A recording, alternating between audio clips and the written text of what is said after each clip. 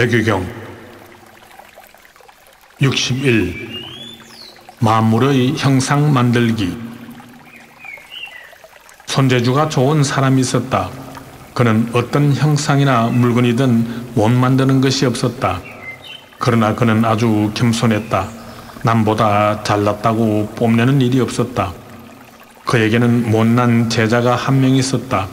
그는 스승의 재주를 자기의 재주로 착각하고 어스댔다. 그 제자가 어느 날 외출을 했다가 외도를 믿는 사람을 만났다. 외도를 믿는 사람이 말했다.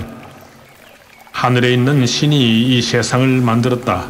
그 신이 이 세상의 만물의 아버지다. 이 말을 들은 제자가 반박했다. 그렇지 않다. 나도 만물을 만들 수 있다. 큰 소리를 치고 돌아온 제자는 스승에게 자기도 만물을 만들어 보고 싶다고 졸랐다. 스승은 아직 너는 그럴 만한 재주가 없다고 타일렀다. 그러나 제자는 오히려 자존심이 상했다. 그래서 스승의 허락도 없이 여러 가지 형상을 만들었다. 이를 본 스승이 말했다. 네가 만든 것은 도무지 균형이 잡혀있지 않다. 머리는 너무 크고 목은 너무 가늘다. 손은 너무 크고 팔은 너무 짧다.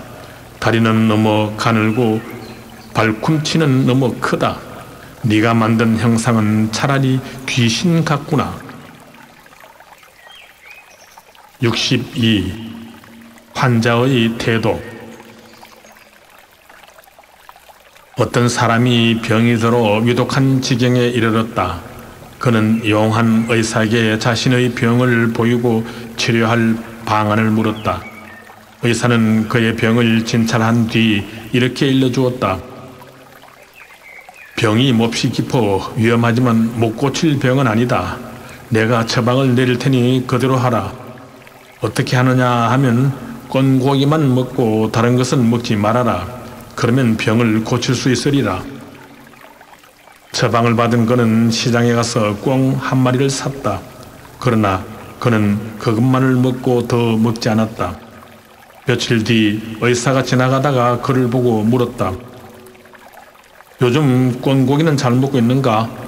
병의 차도는 좀 있는가? 꿩고기는 한 마리만 먹었습니다. 그리고 그 뒤로는 아무것도 먹지 않았습니다. 아니 왜 그런가? 전날 의사 선생님께서 내게 꿩고기만 먹으라고 하지 않았습니까? 그래서 한 마리만 먹고 다른 것은 먹지 않았습니다. 의사는 한숨을 쉬며 말했다. 여보시게, 꿩고기를 한 번 먹었으면 계속 먹어야지 어떻게 한 마리만 먹고 낫기를 바라는가? 이 한심하기 짝이 없는 사람아. 63. 도망쳐야 했던 이유. 옛날 어떤 나라에 음악을 연주하는 악사들이 있었다. 한 해는 흉년이 들어 먹을 것이 궁해졌다. 그들은 상의한 끝에 흉년이 들지 않는 이웃 나라로 옮겨가기로 했다. 악사들은 무리를 지어 이웃 나라로 떠났다. 도중에 높고 험한 산을 넘게 되었는데 그 산은 예로부터 사람을 잡아먹는 귀신이 나온다는 소문이 있었다. 밤이 깊어 더 이상 걸을 수 없게 되자 그들은 한 곳에 모여 자기로 했다. 악사들은 바람이 찼기 때문에 모닥불을 지피고 누웠다. 악사들 가운데는 추위를 몹시 타는 사람이 있었다. 그는 불을 피우는데도 추워서 잠을 못 자고 일어나서 모닥불을 쬐었다. 그래도 추위를 견딜 수 없자 보따리 속에서 연주를 할 때 쓰는 나찰의 옷을 꺼내 입었다. 밤이 깊어지자 일행 중의 한 사람이 소변이 마려워 잠을 깼다. 그런데 이게 웬일인가? 모닥불 옆에는 무서운 나찰이 앉아있는 것이었다. 그는 무서워서 자세히 살펴볼 사이도 없이 소리를 지르며 도망을 치기 시작했다. 그 바람에 다른 사람들도 잠에서 깨어났다. 그들도 나찰을 보고 놀라서 도망을 쳤다. 나찰 옷을 입고 있던 사람은 동행들이 갑자기 뛰는 것을 보고 어디에서 나찰이 나타난 줄 알고 같이 뛰었다. 동행들은 나찰이 쫓아오는 것으로 알고 죽으라고 하고 뛰었다. 이렇게 그들은 밤새도록 뛰었다. 날이 밝아올 무렵 도망치던 사람들은 기진맥진했다. 나찰 옷을 입은 사람도 역시 기진맥진했다. 그들은 도저히 뛸 수가 없어서 자리에 주저앉았다. 그때서야 그들은 나찰 옷을 입은 사람이 귀신이 아닌 것을 알게 되었다. 64. 귀신과 힘겨루기. 오래된 집이 한 채 있었다. 사람이 살지 않는 폐가였다. 사람들은 그 집에서 귀신이 나온다고 하여 아무도 얼씬거리지 않았다. 마을을 지나가던 어떤 사람이 이 말을 듣고 자기는 용감하고 대담하기 때문에 귀신 따위는 무섭지 않다면서 이렇게 말했다. 내가 이 방에 들어가서 하룻밤을 보내리라. 그까지 귀신이 있으면 어떠냐? 내가 귀신을 쫓아버리리라. 그가 하룻밤을 세우기 위해 집 안으로 들어간 지 얼마 되지 않아 또 한 사람의 여행자가 나타났다. 그도 마을 사람들로부터 이 집에 귀신이 있다는 말을 듣고 자기는 괜찮다며 하룻밤 묵어 가겠다고 했다.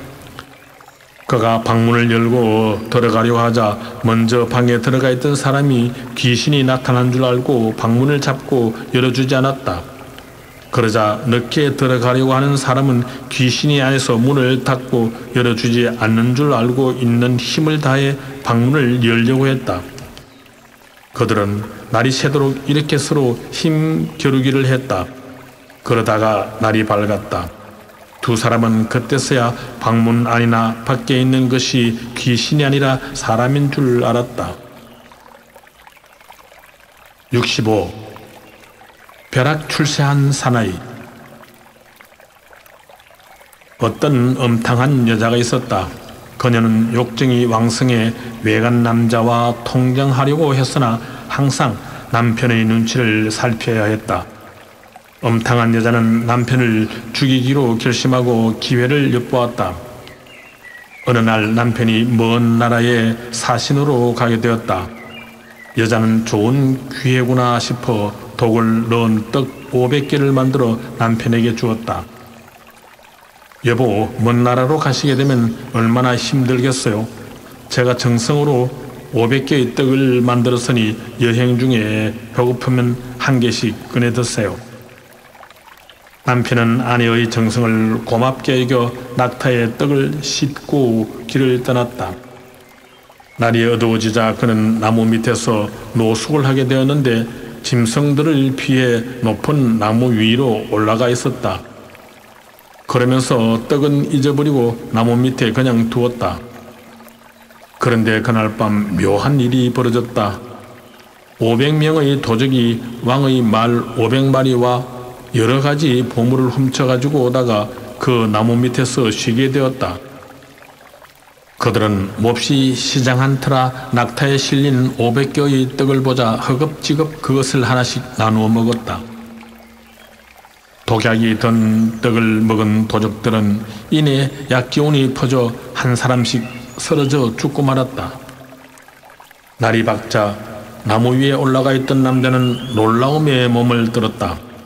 그는 나무에서 내려와 독이 든 떡을 먹고 죽은 도적들의 시체를 짐짓 칼로 찌르거나 베어버린 뒤 말과 시체를 거두어 왕을 찾아갔다. 왕은 놀라면서 그에게 높은 벼슬과 많은 상을 내렸다. 왕의 신하들은 이를 시기했지만 그가 혼자서 500명의 도적을 잡은 줄 알고 감히 말을 못했다. 그런데 얼마 후 곤란한 일이 생겼다.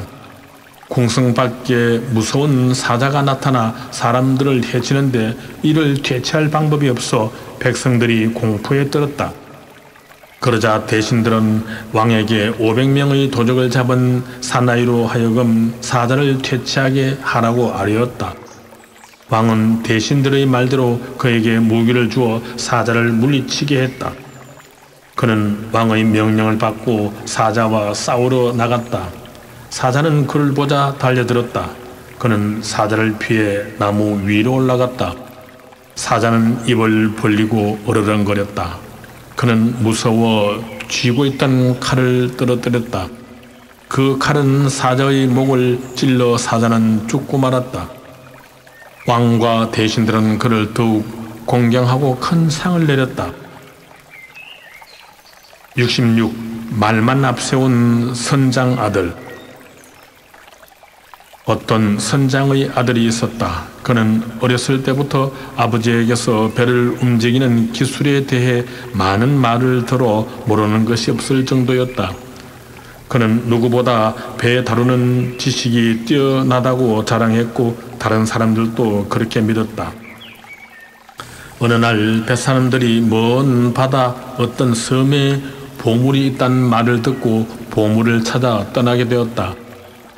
이 배에는 선장의 아들도 동승했다. 그는 아버지에게 들은 배 부리는 기술을 사람들한테 자랑하며 이번 뱃길에서는 반드시 많은 보물을 얻어올 것이라고 호언장담했다. 바다에 들어온 지 며칠이 지나서였다. 갑자기 돌풍이 불어와 돛대를 부러뜨렸다. 이 사고로 배를 지휘하던 선장이 죽었다. 돌풍은 계속해서 파도를 불러일으켰다. 배는 금방이라도 침몰할 것 같았다. 사람들은 상황이 어렵게 되자 선장의 아들에게 배를 부리도록 부탁했다. 선장의 아들은 마치 이때를 기다렸다는 듯이 나섰다. 그러나 그는 아버지에게서 배 부리는 기술에 대해 말로만 들었지 실제로 해본 경험이 없었다. 그는 뱃사람들에게 이보라만 이렇게 해라 저렇게 해라 할 뿐이었다.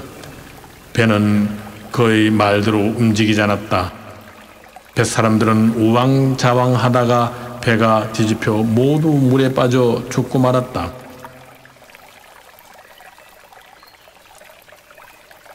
67. 마지막 한 개 남은 떡.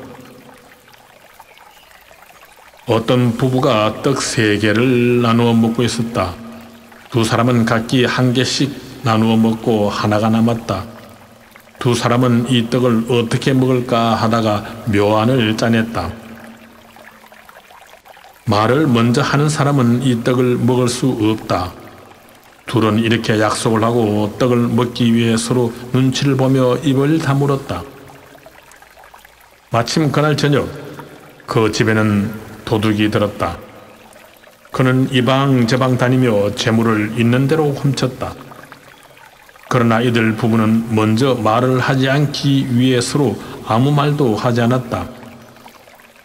도둑은 물건을 다 훔칠 동안 이들이 입을 꼭 다물고 있는 것을 보자 옳다구나 하면서 남편이 보는 앞에서 아내를 범하려고 했다. 아내는 질겁을 하면서 도둑이야 하고 외쳤다. 그래도 남편은 꼼짝하지 않았다. 아내는 남편에게 화를 내면서 말했다. 이 어리석은 사내야, 떡 1개를 먹으려고 도둑이 아내를 훔치려는 것을 보고도 꼼짝하지 않는단 말이냐? 그때서야 남편은 손뼉을 치면서 좋아했다. 하하하, 이제 이 떡은 내 것이다. 너는 먹으면 안 된다. 아내의 구절함에도 남편은 떡을 먹으며 이겼다고 자랑을 내놓았다. 68. 남을 해치려는 마음. 한 사나이가 있었다. 그는 어떤 사람을 몹시 미워했다. 어떻게 하든 그를 해치고 싶었으나 방법이 없었다. 그는 그 일로 하여 더욱 괴로워했다. 그때 한 사람이 그에게 말했다. 당신은 왜 언제나 그렇게 시름에 잠겨 있는가? 무슨 말인지 말해보라. 어쩌면 좋은 방법이 있을지 모른다. 어떤 사람이 있는데 그는 언제나 나를 헐뜯고 모함한다.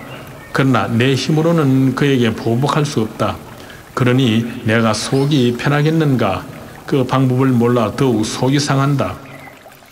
이 말을 들은 사나이는 말했다. 방법이 아주 없는 것은 아니다. 사흘 밤낮을 비타라 주문을 외우면 그를 해칠 수 있다. 그렇지만 한 가지 걱정이 있다. 그 주문은 남을 해치기도 하지만 자신도 해치게 된다. 그래도 괜찮겠는가? 사나이는 그 말을 듣고 매우 기뻐하면서 말했다. 내게 그 주문을 가르쳐 주기만 하시오. 비록 일이 잘못돼 스스로를 해치는 경우가 생긴다 해도 후회하지 않을 것이오.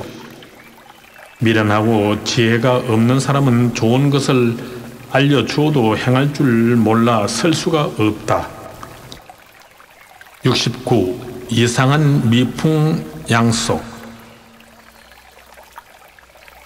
북인도에 살던 사람이 남인도로 갔다. 거기서 오래 살다 보니 북인도로 다시 돌아갈 필요가 없었다. 그는 그곳에서 어떤 여자를 아내로 맞아 부부가 되었다. 아내는 남편을 위해 여러 가지 맛있는 음식을 차렸다. 남편은 음식을 보자 이것저것 가리지 않고 허겁지겁 음식을 먹었다. 어떤 음식은 아직 식지 않아 뜨거운데도 그것도 가리지 않았다. 아내는 이상하게 여겨 남편에게 말했다. 여보, 여기는 북인도와는 달리 도적이 덤벼들어 아내를 겁탈하는 일도 없고 재물을 빼앗아가는 일도 없는 곳이오. 그런데 무슨 급한 일이 있길래 그렇게 허겁지겁 음식을 드시는지요? 그러다가 뜨거운 국물에 입술을 대고 잘못하면 체하겠소. 좀 천천히 드세요. 남편은 아내의 만류를 듣고 말했다. 그 이유는 밥을 먹은 뒤에 가르쳐 주겠소. 남편은 허겁지겁 식사를 마친 뒤 아내에게 그 이유를 설명했다. 우리 할아버지의 할아버지 때부터 항상 식사를 빨리 해왔소. 왜냐하면 빨리 먹어 치우지 않으면 식사를 도적에게 빼앗길지도 모르기 때문이요. 나는 지금 그것을 본받고 있는 것이요. 설명을 들은 아내는 여기는 도적들이 나오는 북인도가 아니다라고 재차 말했다. 그러나 남편은 조상 때부터 지켜온 습관을 지키는 것이 좋다면서 버릇을 고치려고 하지 않았다. 습관은 참으로 무섭다. 속담에도 3살 버릇 8 간다는 말이 있지요. 70. 어느 하인의 과일 심부름. 주인이 하인에게 심부름을 시켰다. 좋은 암바라 열매가 먹고 싶구나. 아랫마을에 가면 암바라 과수원이 있으니 그곳에 가서 맛있고 잘 익은 암바라 열매를 사오너라.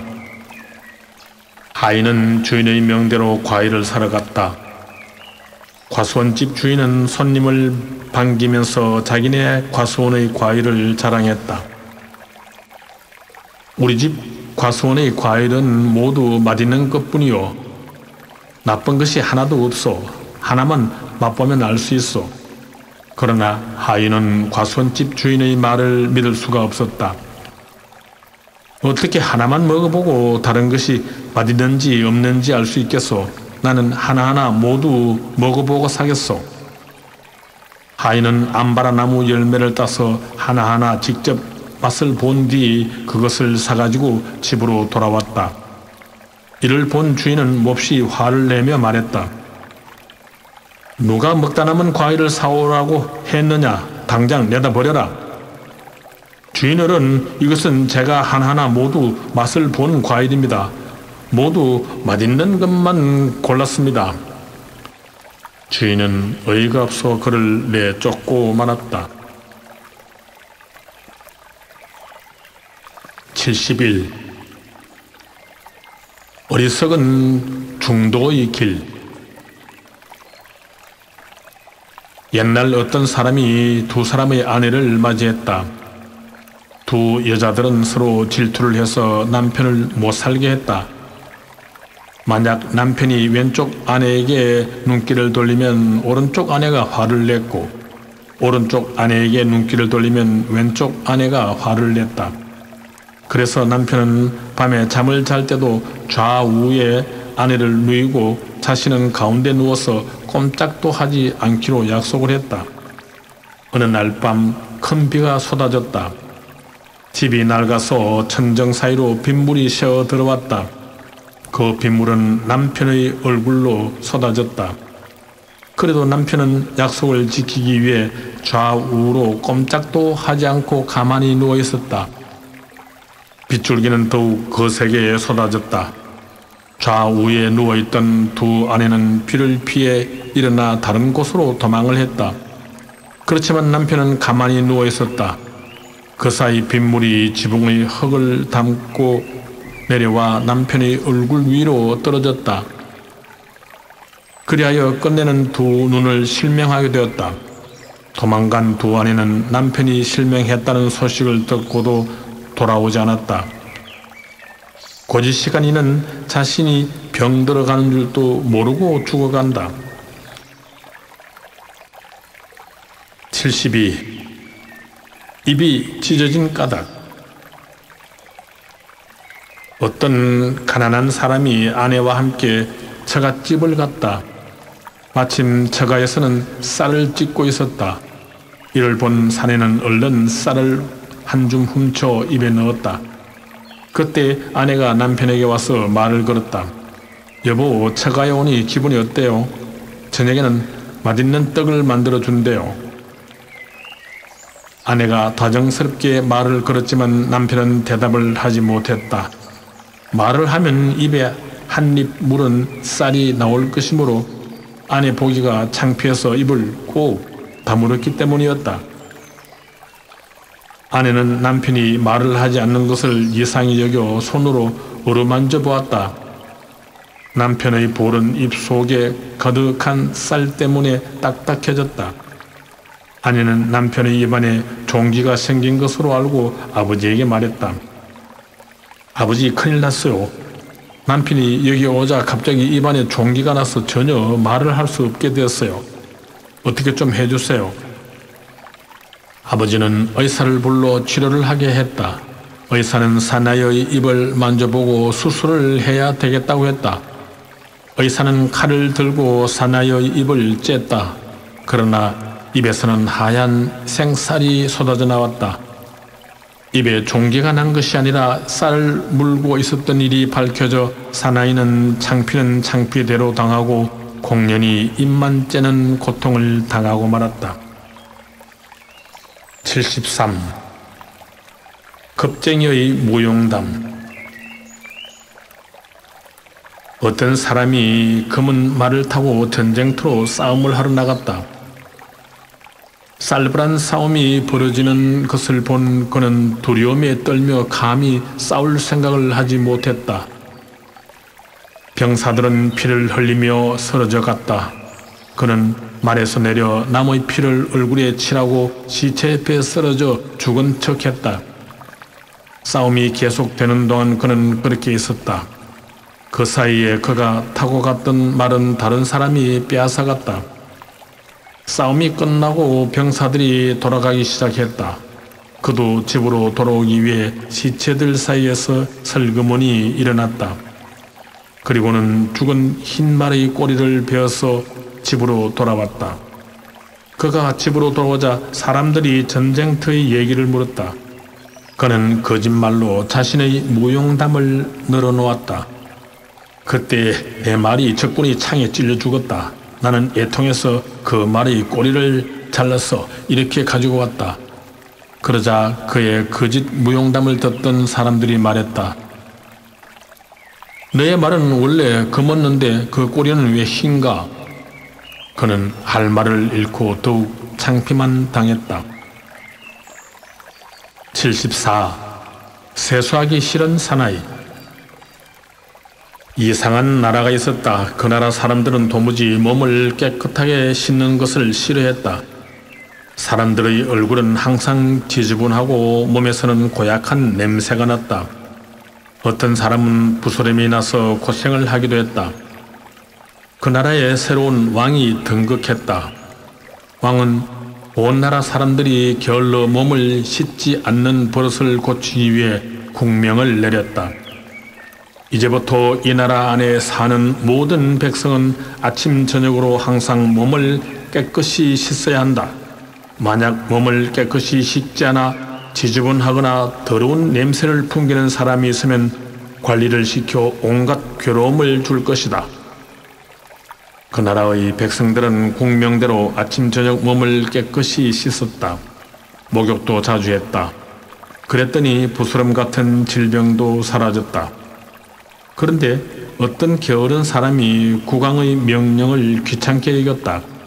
그래서 빈 물통을 남에게 보이면서 나는 이 물통의 물을 다 쓸 정도로 깨끗이 씻었다고 거짓말을 했다. 그렇지만 옆에서 보기에는 그는 전혀 얼굴이며 손발을 씻은 것 같지 않았다. 옆에 있던 사람이 자기의 물통에 들어있던 물을 그에게 나누어 주면서 국법을 어겨 괴로움을 받지 말고 어서 씻으라고 권했다. 그러자 그는 그 물통의 물을 쏟아버리면서 이렇게 말했다. 나는 이미 깨끗이 씻었다. 너나 깨끗하게 씻으라. 75. 엉터리 조언. 항아리에 곡식을 가득 담아둔 사람이 있었다. 어느 날 난처한 일이 생겼다. 낙타가 항아리에 머리를 넣고 곡식을 먹다가 머리를 빼지 못하는 것이었다.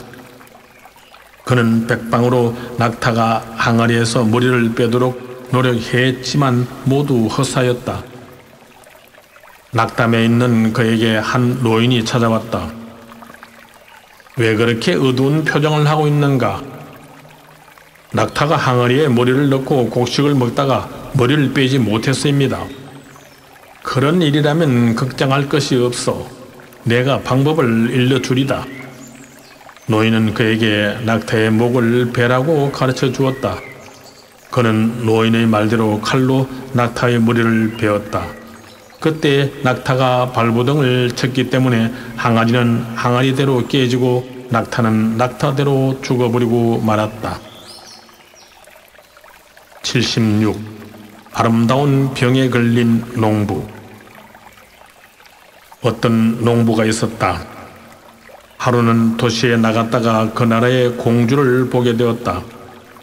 공주는 매우 아름다웠다. 농부가 지금껏 보았던 어떤 여자와도 비교가 되지 않을 만큼 출중한 인물이었다. 집으로 돌아온 농부의 눈에는 공주의 아름다운 얼굴이 눈에 아른거렸다.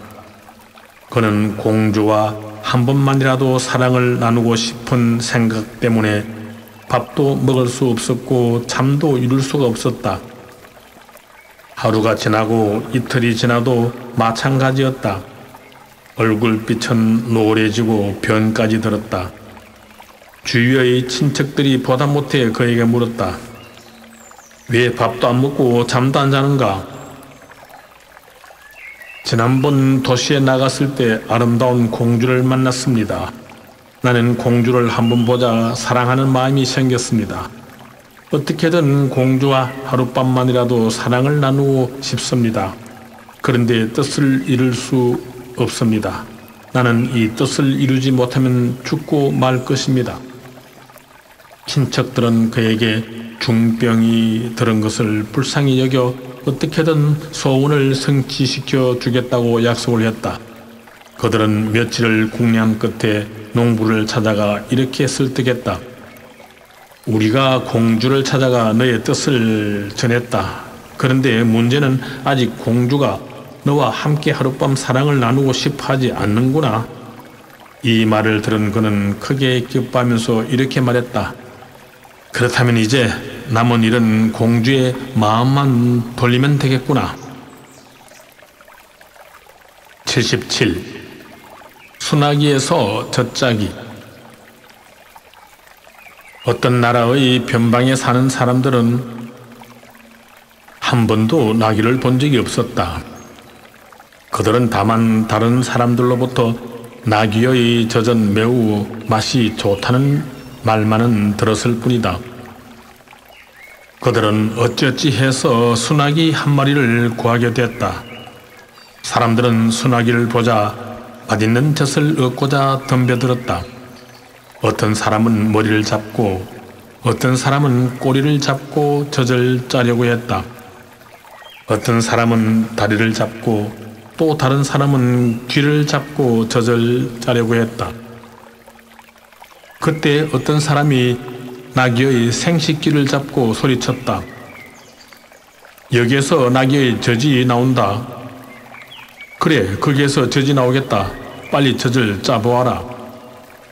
잠깐만 참아봐. 그런데 젖을 어떻게 해야 나오는 건지? 사람들은 저마다 한마디씩 하면서 그릇을 갖다 놓고 소나기에게서 젖이 나오기를 기다렸다. 그렇지만 소나기의 생식기를 아무리 훑는다고 젖이 나올 리 만무했다. 사람들은 헛수고만 하고 지쳐버렸다. 78. 내용도 모르고 하는 심부름. 잠자리에 들기 전에 아버지가 아들에게 말했다. 얘야, 너 내일 나하고 산 너머 마을에 좀 다녀와야겠다. 거기 가서 나하고 같이 가져올 물건이 있다. 아들은 잠자코 아버지의 말을 듣고 잠자리에 들었다.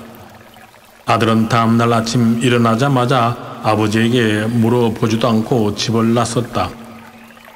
아버지에게 어젯밤 산 너머 마을에 가자는 얘기를 들었으므로 그 마을을 다녀오기 위해서였다.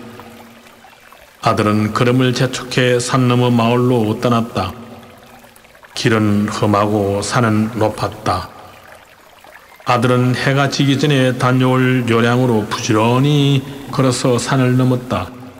점심때쯤 되어서야 마을에 도착한 아들은 다시 발길을 돌려 온 길을 되돌아 집으로 돌아오려고 했다. 아침 일찍 집을 나선 탓에 배도 고프고 다리도 아팠다. 아들은 금방이라도 쓰러질 듯한 피로를 간신히 이기고 집으로 돌아왔다. 얘야, 너 하루 종일 어디에 있었느냐? 아버지가 물었다. 네, 어젯밤에 아버지께서 산 너머 마을을 다녀오자고 해서 그 마을을 다녀왔습니다. 뭐라고? 산 너머 마을에 그래 무엇을 가지고 왔느냐? 아들은 아버지의 물음에 할 말이 없어 우두커니 서 있었다. 이 바보 같은 녀석아, 그곳을 가려면 나에게 말을 했어야지. 혼자 가서 아무것도 가져오지 못했으니 헛수고만 한 것이 아니냐? 내가 언제 너 혼자 다녀오라고 했더냐?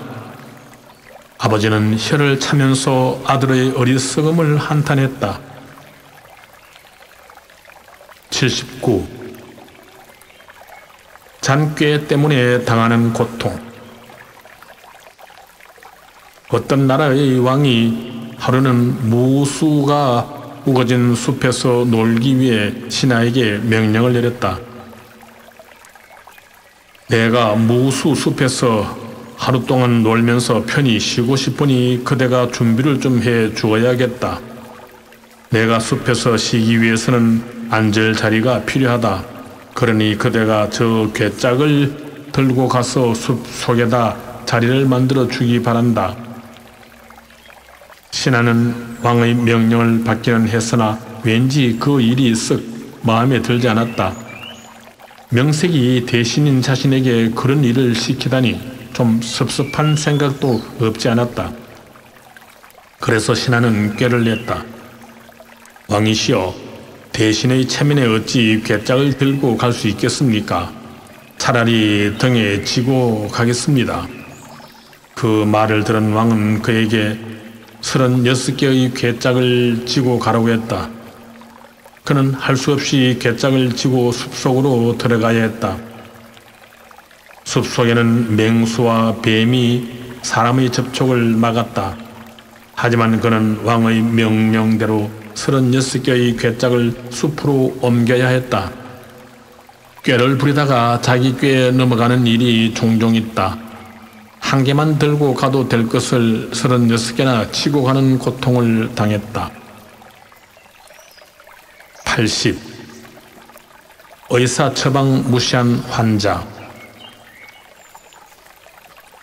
변비로 고생을 하는 사람이 있었다. 어느 날 그는 용한 의사를 찾아가 정세를 얘기하고 낫는 방법을 물었다. 의사 선생님, 도대체 저는 어쩐 일인지 시원하게 배설을 할 수 없습니다. 무슨 좋은 방법이 없을까요? 있죠. 그러나 좀 고통스러운데요. 무슨 방법입니까? 시키는 대로 다 하겠습니다. 관장을 해야 낫습니다. 의사는 진찰을 마치고 관장을 하라고 권했다. 그리고 관장할 약과 기구를 준비해 놓으라고 했다. 그는 의사의 지시대로 관장할 약을 준비했다. 그리고는 성급하게 그 약을 모두 마셔버리고 말았다. 장을 씻어내야 할 약을 먹은 그는 이내 숨이 차고 배가 불러왔다. 숨이 막혀 죽을 것만 같았다. 의사가 와서 그에게 물었다. 왜 그러는가? 관장할 약을 마셨는데 아이고 이렇게 배가 아프고 숨이 막혀 죽을 것 같습니다. 그 말을 들은 의사는 곧 다른 약을 먹여 토하게 한 다음 그를 나무랐다. 이 미련한 양반아, 그것은 관장을 할 약인데 먹으면 어쩌자는 거요?